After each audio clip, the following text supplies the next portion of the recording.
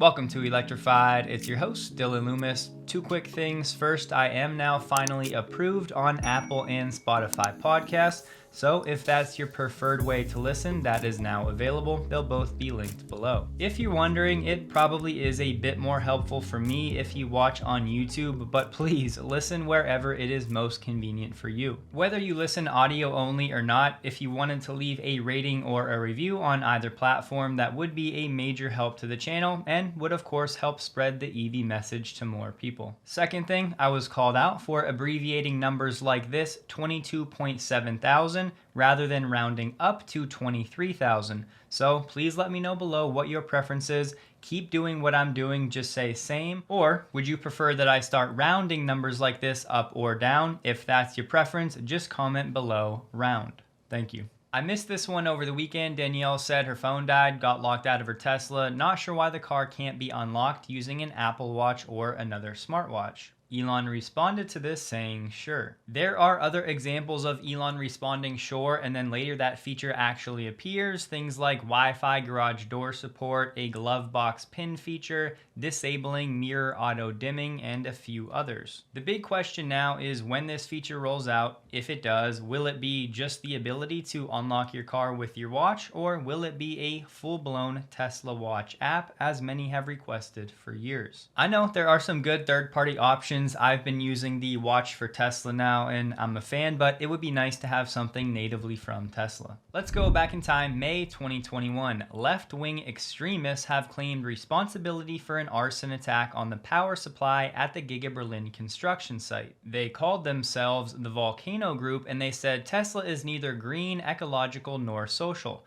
Our fire is against the lie of the green automobile. Back to today, and the same group is at it yet again with another arson attack on the power supply at Giga Berlin. They said together, we're bringing Tesla to its knees. We sabotage Tesla today. Tesla does not expect production to resume this week, and they're estimating the damage will end up in the 9-figure range. The group said Tesla eats up Earth, resources, people, labor, and spits out SUVs, killing machines, and monster trucks in return.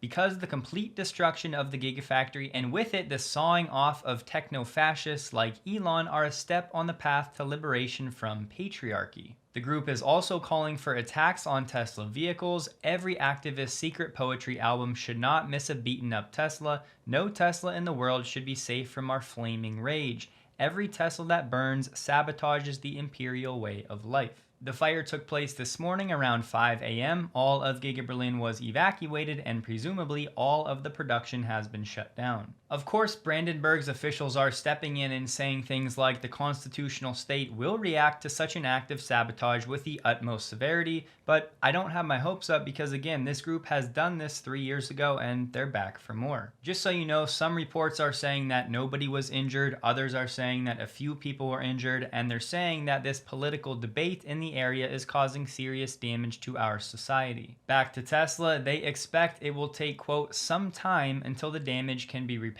and the factory can be supplied with electricity again. But just a few lines later, they said as of late Tuesday morning, most of Tesla's area has been supplied with electricity again. There was also a police operation due to suspected explosives. To be clear, this Volcano Group is entirely separate from the Grünheide Citizens Initiative and is separate from the environmental protesters setting up tree houses in the forest. The Citizens Initiative group distanced themselves from this fire, saying they prefer peaceful methods, but they will still hold their opposition demonstration next Sunday. Giga Berlin News on X shared this image saying this is what the terrorists have caused. Reuters is saying the outage will cost Tesla estimated losses in the high hundreds of millions of euros, with 1,000 vehicles left unfinished on Tuesday alone. A company official was non-committal on whether this would affect plans to double capacity at the site, but condemned what he saw as negative sentiment towards it. I would not be too concerned about this. In fairness, a company official is not going to be focused on the expansion plans as this situation is still currently unfolding. It's not just Tesla that was affected. Jörg Steinbach said other areas in the surrounding region, places like hospitals and homes for the elderly, were also impacted. Elon said these are either the dumbest eco-terrorists on earth or they're puppets of those who don't have good environmental goals. Stopping production of electric vehicles rather than fossil fuel vehicles is extremely dumb, with some interesting spelling and grammar. Another source has Tesla's plant manager saying it'll take some time to get power back to the factory and that Tesla does not expect production to be started up again this week. Translation, it sounds like at a minimum, Tesla is going to lose production of about 6,000 units. I'll just say it, I think Tesla needs to be swinging a heavy hammer here. You cannot have this group calling for things like the complete destruction of the Gigafactory and outright harm to any Tesla vehicle. Those claims and this action puts not only Tesla employees at risk, but also any Tesla customer in that area. The Prime Minister did not rule out the possibility this could be a form of terrorism, and if the suspicion is confirmed, the federal prosecutor general will have to take over the investigation. Rohan Patel chimed in saying that no Tesla employees were injured in this attack. This is flat out insane behavior and really puts into perspective some of these other protesters in Giga Berlin, like those people camping in the forest. This takes the protesting to an entirely different level and brings a whole new level of financial implications that Tesla now has to deal with. As far as I can tell so far right now, no arrests have been made. Quarter one has already been trending to be a less than stellar quarter, and this certainly is not going to help the matter. Vehicle Suggest is saying they talked to a source who had some information about the Model 3 performance. Now they're saying the launch is set for May, but Tesla still has some challenges to overcome. Their insider is saying a team of 20 engineers made their way to China from Fremont to help fix some of these problems. Two of those issues, suspension and new motor adaptability. Their sources are confirming that this variant is indeed going to be Ludicrous, and all they shared was the image of an actual Ludicrous badge. This part sounds a bit suspect though. They said Fremont sent 20 engineers to help the Chinese Shanghai plant division fix those problems with new motor adaptability. The Fremont factory is apparently at the forefront of spearheading the Model 3 Highland research and development aspect. So maybe that's the case for this Ludicrous variant, but everything we've heard previously is that it's actually the Chinese R&D team that was largely responsible for the Model 3 Plus design. The word is those 20 Fremont engineers are back home, meaning that possibly that problem has been solved. They're saying it's 2 motors confirmed for the Model 3 Ludicrous. That one certainly checks out. They're saying the Model 3 Ludicrous will launch in the USA and China in the same month. And if they're saying it's going to launch in May, then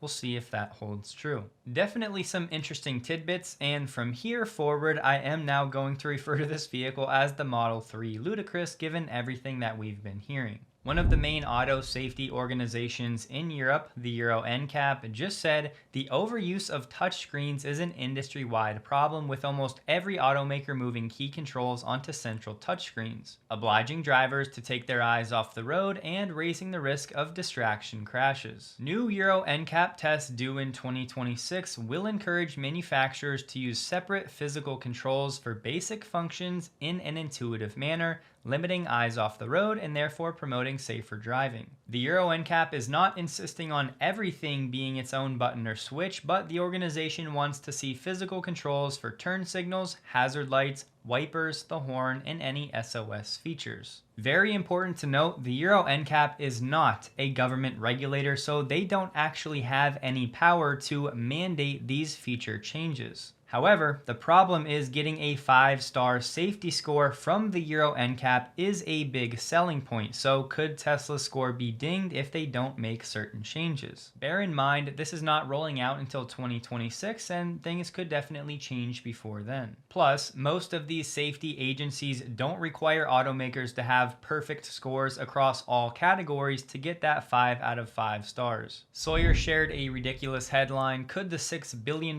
legal fee in Elon's Tesla pay case be reasonable? Elon responded saying, "That's how you know the reporter really hates Tesla and or is being fed this BS by a PR, aka propaganda company paid by the lawyers." As we talked about last week, that fee breaks down to $289,000 for each of the 37 lawyers that worked on this case. Yesterday I mentioned looking through Tesla owners' manuals can actually be enjoyable. Well, here's one example of just that. They have a section for normal operating sounds, and this one is cabin noise during acceleration with Ludicrous enabled. Dude, that is so sick.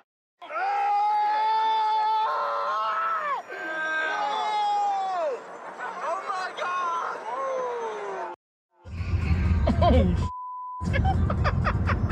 god! You gotta love it. To be clear, that's not new. It's been around for a few years, but in case you've never seen it before. Full BEV sales in Australia for February have set a new record when it comes to market share, sitting at 9.6%.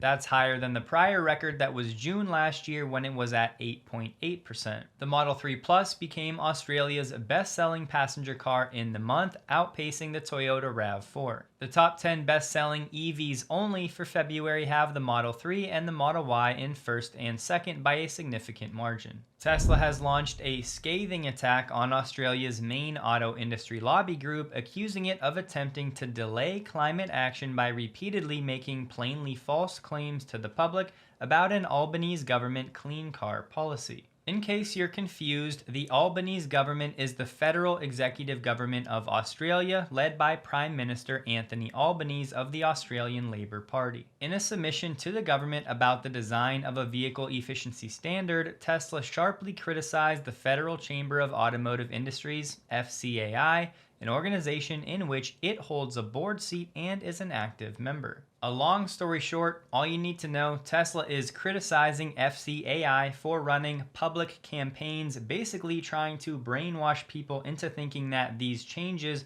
would lead to much higher vehicle prices, which in Tesla's eyes is not at all how the program would work. Tesla said the FCAI knew that its targets would actually allow car makers to increase emissions because of enormous loopholes that create hundreds of thousands of EVs that only exist on paper. The FCAI has been claiming the price of the most popular petrol and diesel cars would jump by thousands of dollars under this government plan, and they're describing the policy as a family car and ute tax. The thing is, a vehicle emission standard is not a tax. It requires car companies to meet a per kilometer emissions target averaged across all the new cars it sells in a new year. I said multiple times last year, prepare for the FUD and the attacks to increase, because right now we are sitting in this chasm on the adoption curve after the early adopters, right before the early majority. Translation, the established industry knows that if they have any chance of stopping a company like Tesla or EVs at scale, now is the time to apply the full court pressure. Because if, and I believe when, we cross over this chasm, there really will be no turning back that EVs are the future. Simply put, right now is the last chance for the industry, the established players,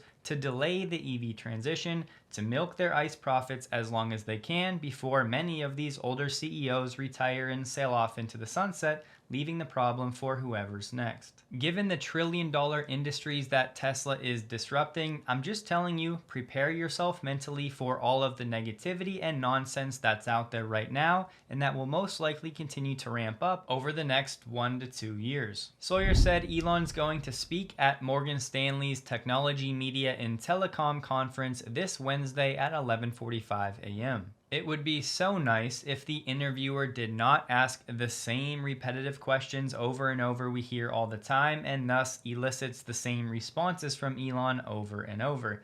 But I'm not holding my breath for anything different. We had Chris Hilbert on X using a website inspector to find some possible information about Rivian's upcoming R2 series. Rivian's R2 is supposed to be a smaller SUV that will compete directly with the Model Y. Before we get into these specs that Chris shared, I just want to say there's no guarantee that the final production version has anything close to these numbers. These could be placeholders, these could be internal goals.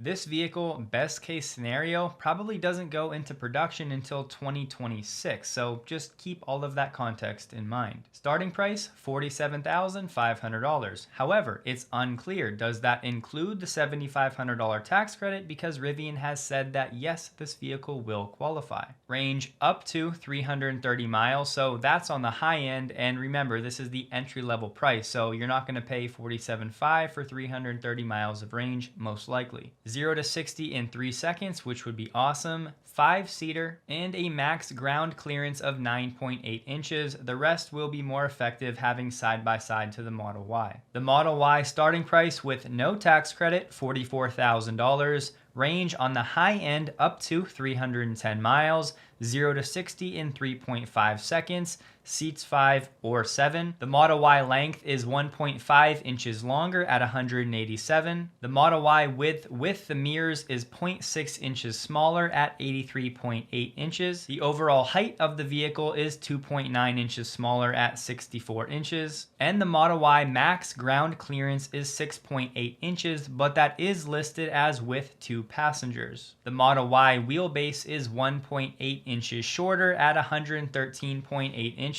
And yes, he had a typo for the Rivian wheelbase. Look, if the R2 production numbers come in anywhere near these figures, it should be a very popular vehicle.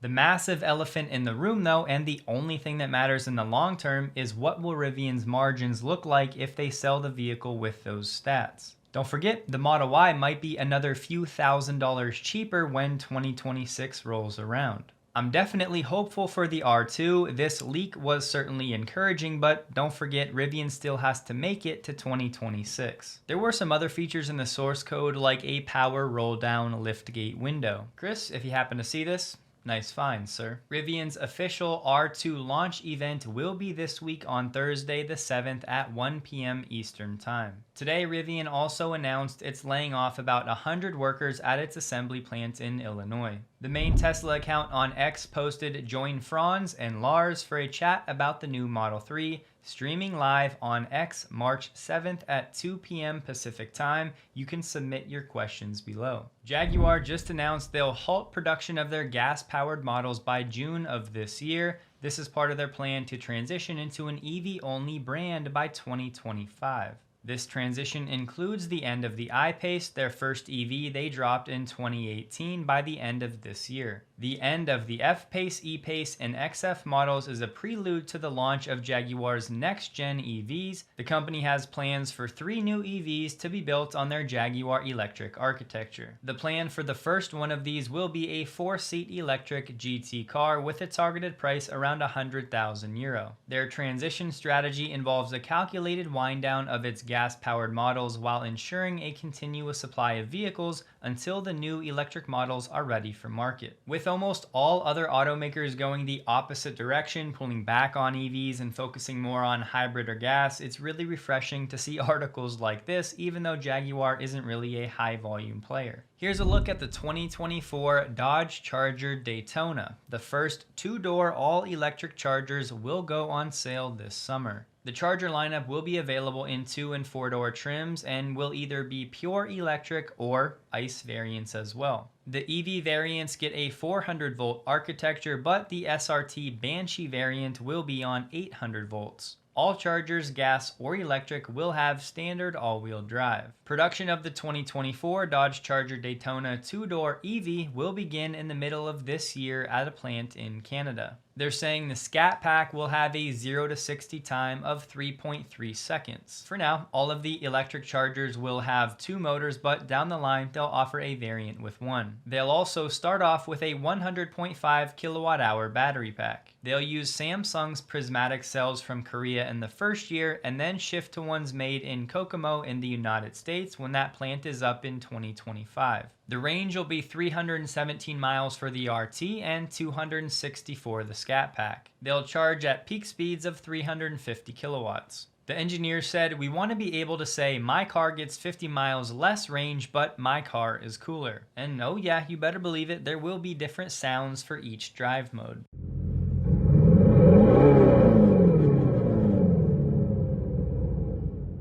Tesla China's weekly insurance data came in lower than most of the analysts were expecting at 12,500 for the week. Comparing that to the same week in Q4, that number was 17,400. As expected, Tesla will not be setting a new quarterly record in Q1, but comparing to Q1 of 2023, Tesla is still 8.5% ahead of that pace. I did want to mention, Meet Kevin was kind of implying that the sky was falling a little bit for Tesla sales if you compare January and February this year to the same time frame last year to smooth out for the Chinese New Year. It is true that comparing January and February this year to the same 2 months last year, right now we are about 6% shy of that pace. We're only 2 months into the year, but if this trend for Giga Shanghai wholesale were to continue, then Tesla is going to need to make up that difference in some other markets around the world. It's now official, Monroe and Associates have their hands on a Cybertruck, and they said this is the beginning of their Cybertruck teardown, what many of us have now been waiting for some time. I think you all know this is going to be a special series from Monroe. What were we talking about just last week? With the massive growth expected in these data centers, it just makes sense to outfit them with renewable energy and battery storage. Today, Amazon Web Services has acquired Talon Energy's data center campus at a nuclear power station in PA. Talon said AWS aims to develop a 960 megawatt data center campus. If you head over to X, replying to someone posting this article, Elon said, "Interesting." Brian responded with data from Frost & Sullivan saying US data center power use is expected to triple by 2030. Gregor Truck shared some data showing the current charge curve for an 800 volt NACS charger using the Cybertruck. This was not from a supercharger, but from this company, NXU. The black line is the state of charge on the right, and then you have the gold line showing the kilowatts. The peak voltage of this session was 814 volts, and that resulted in a 327 kilowatt charging speed, albeit temporarily. So the Cybertruck went from 0 to 50% state of charge in about 17 minutes.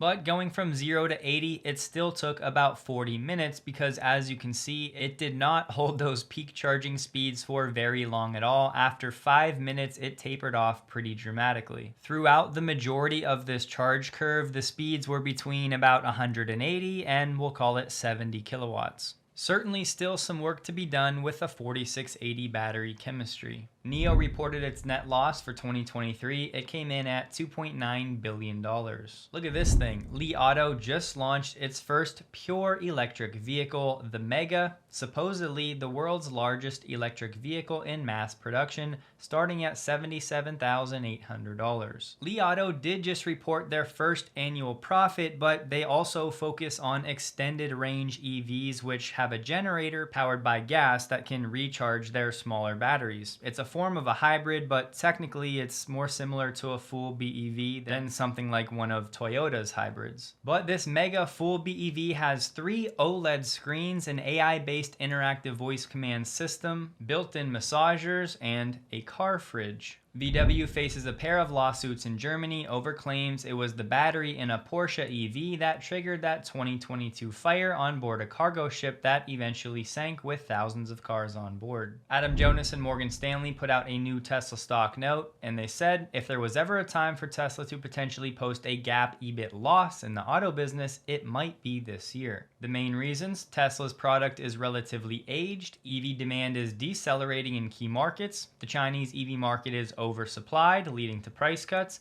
and the hybrid renaissance. For the fiscal year 2024, they've revised down their expectations for Tesla's auto gross margin down to 11.4% from 13.2%. This is without regulatory credit sales. They're expecting the trough for this figure in Q2 of 9.9%, setting the bar pretty low. They said, "We believe Tesla has significant attributes to be valued as an AI beneficiary, but the company must see a stabilization in the negative earnings revision within the auto business first. This process may take a few more quarters to see through, over which time our $100 bear case may be in play." Despite the negative sentiment, they still have a $320 Tesla stock price target. There are some new Cybertruck accessories, including vault cargo bins and underseat storage bins. Tesla stock closed the day at $180.74, down 3.93%, while the Nasdaq was down 1.8%. Today, Tesla traded about 12 million shares over the average 30-day volume.